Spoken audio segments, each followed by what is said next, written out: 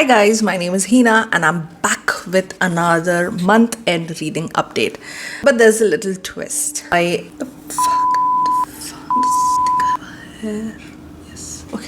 there's a little twist. This month-end reading wrap-up is for September and October combined. So let's dive right in. So the first book is Episode 13 by Craig DeLuey. This book is based on the concept of a group of series production crew going into an insanely haunted place, which was kind of an experiment clinic with a houseboarding thing. And this is the first time someone's studying the paranormal activity there, and what follows is an insane ride. It doesn't matter if you're a horror fan or not. This book deserves to be read. I mean, if you have not read this book, you need to read this book.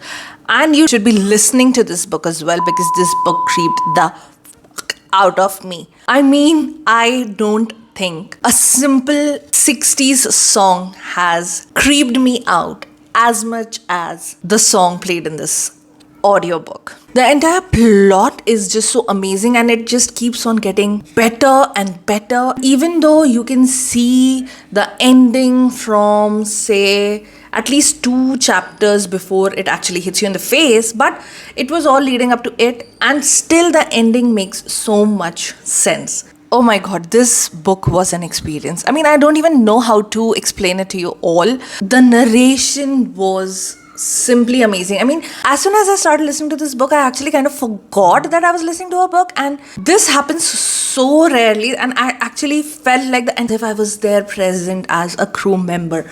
The reactions, the dialogue, the pacing, the plot, the beats was so good. This book was exceptional. It is an exceptional example of storytelling. So if you're a writer, then definitely read this book. If you're a reader of any kind, and even if you don't like horror fiction, you definitely must read this book, because this book is simply amazing. It's like The Conjuring. Everyone enjoys it, right? But it is only Conjuring on steroids. So you must read this book and also listen to this book, because this book is superb. So obviously 5 out of 5 stars from me. This book is going to be one of the best books that I've read this entire year.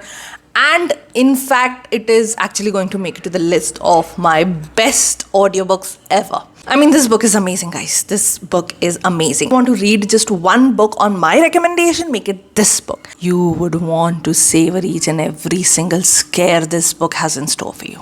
It's amazing. This video is sponsored by David Morabito, the author of The Old Clock Peddler, a genre-blending novel that picks up right where the previous novel, Night of the Fisherman, left off.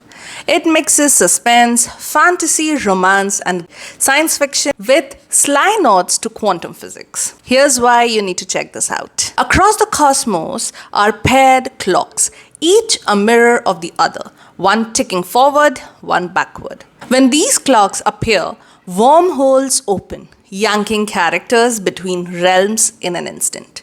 At the center of it all is the Old Clock Peddler, a shadowy figure selling these clock pairs to unsuspecting buyers and weaving an intergalactic web that ties together the suburban town of Lexicon, the kingdom of yore, and the strange lands of druids. The fisherman, aka Fish, and Kara are back in this novel, now up against Surf, a power-hungry heir backed by the secretive city fathers and a very slimy lawyer, McAllister Bilge, with a lurking dark entity never far behind. Allies rise in unexpected places. It all races toward a fiery showdown at York's Lake of Fire, where rival brothers and captive prisoners collide in the ultimate test of fate. If you love multi-realm adventures, clockwork conspiracies, and stories where power, love, and physics literally blend time and space, add The Old Clock Peddler to your TBR. I've left a link below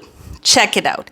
And thanks to David Morabito for sponsoring this segment. Now, back to the monthly read. Its second book is The Long Walk by my favorite Stephen King. But unfortunately, this one also turned out to be one of his long raving books, which I simply could not stand. Got the pun? If you are a King reader, you must have definitely got the pun. But anyway, I did not like this book. I am starting to believe that there's a reason why there are certain books that I haven't yet read by King, in spite of being his big time fan. I mean, I've literally read all of his books. I actually finished reading them 6 years ago, and those were all his best works. And trust me, Stephen King can have absolutely polarizing books. You either love them or you hate them. And you know what? The books that I've read recently are making me not like him that much. I think I just need to reread Dumaki. Anyway, so The Long Walk was an absolutely long book. Unfortunately, I did not like it. It was extremely heavy. I was not invested in the characters at all. So you can imagine them raving for hours and me just listening to their raves, wondering why is Stephen King doing this to me? I mean, if your reading tastes are anything that aligns with my reading taste, do not give this one a read. And the only reason I actually read it was because I really wanted to watch the movie. And you know what? Now that I've read the book, I am not going to watch the movie because no thank you, I'm really not interested in learning about these characters anymore. So a very solid 2-star read from me. Now, if you are familiar with my rating system, I do not rate a book 1 star unless I DNF it. Unfortunately for me, I did not DNF it. I think I should have just marked a DNF, but I really did not want to DNF because I wanted to give Stephen King the benefit of the doubt. But you know what? My bad. I should have just DNF'd it. And if I can, I will give this book just 1 star or maybe a 0 star. It was so horrible. It actually deserves minus stars, like minus 2 star. Can I give that? I can give, I give it minus 2 stars. So anyway, this was such a horrible book. I am not going to recommend it to anyone. King fan or no, don't read this book. I was actually quite amazed seeing how many people on Reddit were swearing by this book and they actually loved this book and they were actually discussing the plot points in this book. I mean, I understand. I mean, come on guys, this book is so horrible. I did not get why anyone would even be interested in knowing why a child is walking for hours and days just to win something that he's not even least bit interested in. Okay, I'm not gonna make this a controversial video by taking fights here, but I did not like it. I'm not gonna recommend it to anyone. If you want to go on my suggestion, don't read this book. Stay away from this book. Try to avoid the movie.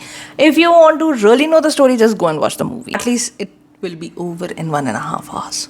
The next book that I read is, and it is quite interesting, it is by Joe Hill, Stephen King's son, and it was amazing. Heart-Shaped Box, one of Joe Hill's most famous books, was completely mind-blowing. I mean, there's a reason I think it is one of Joe Hill's best books. I have read The Fireman by Joe Hill, but it was a while back and it was actually pretty good.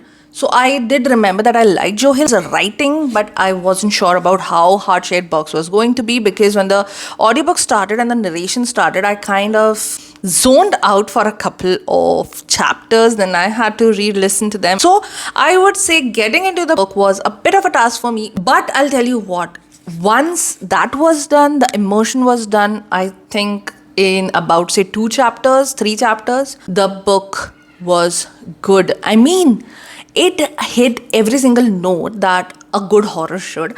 And I was really happy that I actually read this book. And there was so much layering in the book. I did feel that some of the bits could have been trimmed out just to tighten the pacing, but that was just the editor in me. But otherwise, this book is actually good. And I would give it a solid 3.5 star rating because it wasn't quite 4, but it wasn't quite 3 as well. That's why 3.5 stars out of 5. the next book that I read is Mr. Magic by Kirsten White. Now I'll tell you what. This book has the most amazing author's note that I've ever read in the history of reading. I'll tell you why. It is because Kirsten White was a Mormon.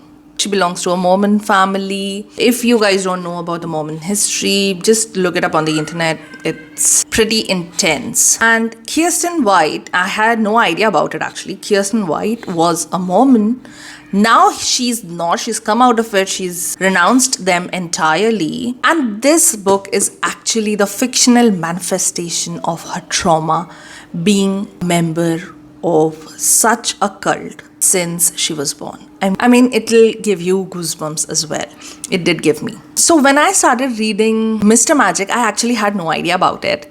I love Kirsten White's books. They are very good. They are generally a solid 4-star read. So I got into it, seeing a lot of recommendations, and because I love the cover and because it was October and I had to read a horror book, and Kirsten White generally delivers. One of the books by Kirsten White that I had read was Hide, and I really liked it. So I wanted to read this one. This book also had a game show, but I mean, it was so layered. This book is so layered. It is literally making me go into the thought spiral right now also when I'm thinking about it, So it is basically about a cult and how children are conditioned to be in a cult and how they start thinking that was their reality. And then even if you get out of a cult or a conditioning, a very strong, solid conditioning, that was a very big part or was the entirety of your childhood. It gets so difficult even if you get out of it to live life without that. That is what is beautifully portrayed in this book. And because Kirsten White was a Mormon, she obviously used her own experiences in the book, but in a way that made the book so haunting. And I read the author's note, or it was the acknowledgement, after I was done with the book. And so it made me reevaluate the entire book, and then I felt like reading the entire book again. That's why I want you guys to know that she's a Mormon. She was a Mormon. She came out of it. Life was never the same for her again.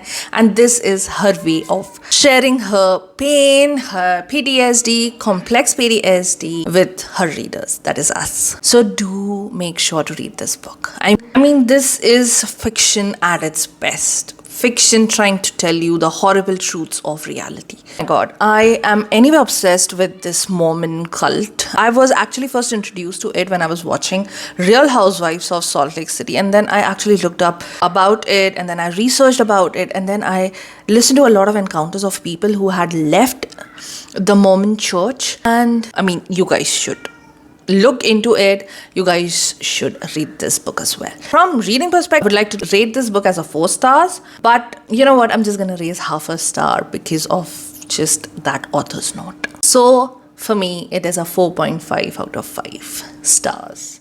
The next book that I read is Healing from Hidden Abuse by Shannon Thomas. This book brought back a lot of bad memories for me. So this book is about hidden abuse, that is the psychological abuse, which mostly comes from living with a narcissist. And as someone who was raised not by one, but by 2 narcissists, this book brought back a lot of bad memories for me. But this book is actually about self-healing. This kind of books generally do that to people who have complex post-traumatic stress disorder. So although it brought back a lot of bad stuff, it also helped me in learning a couple of new things about the psychological abuse. And also it was overall a very good book, and I would like to recommend it to anyone who feels that they have gone through the hidden abuse and are not able to share it with anyone. So this book is amazing. It's good. So 4 out of 5 stars because this book does cover a lot of ground, but most of the ground has already been covered in a lot of books, I think, or at least a lot of books that I've already read. So that's why 4 out of 5 stars for this book. But if this is going to be your first book, then I'm pretty sure it will definitely help you a lot because it mostly deals with identifying the psychological abuse. The next book that I read is The Art of Letting Go by Rainier Name. This book is absolutely horrible. I have no idea why the author simply just wrote something just for the sake of writing. And there was actually nothing useful in this book for me. I mean, you can find more information on letting go by watching reels and shorts instead of wasting your time reading this book. So my rating for this book is 1 star, and I can happily say that I DNF'd this one right before the last half an hour. So I can give it 1 star. Don't read this book. It's a waste of time. So that's it. These are the books that I actually started in the month of September but finished in the month of October. I hope you guys liked my recommendation and that I was able to help you decide your next read. Do read episode 13. It is very good. So I hope I was able to convince you to read at least one book in my video. If you love books, then do give me a follow and do comment and let me know what you guys are reading so that we can discuss more books. I'll see you all in my next video. Till then, bye-bye.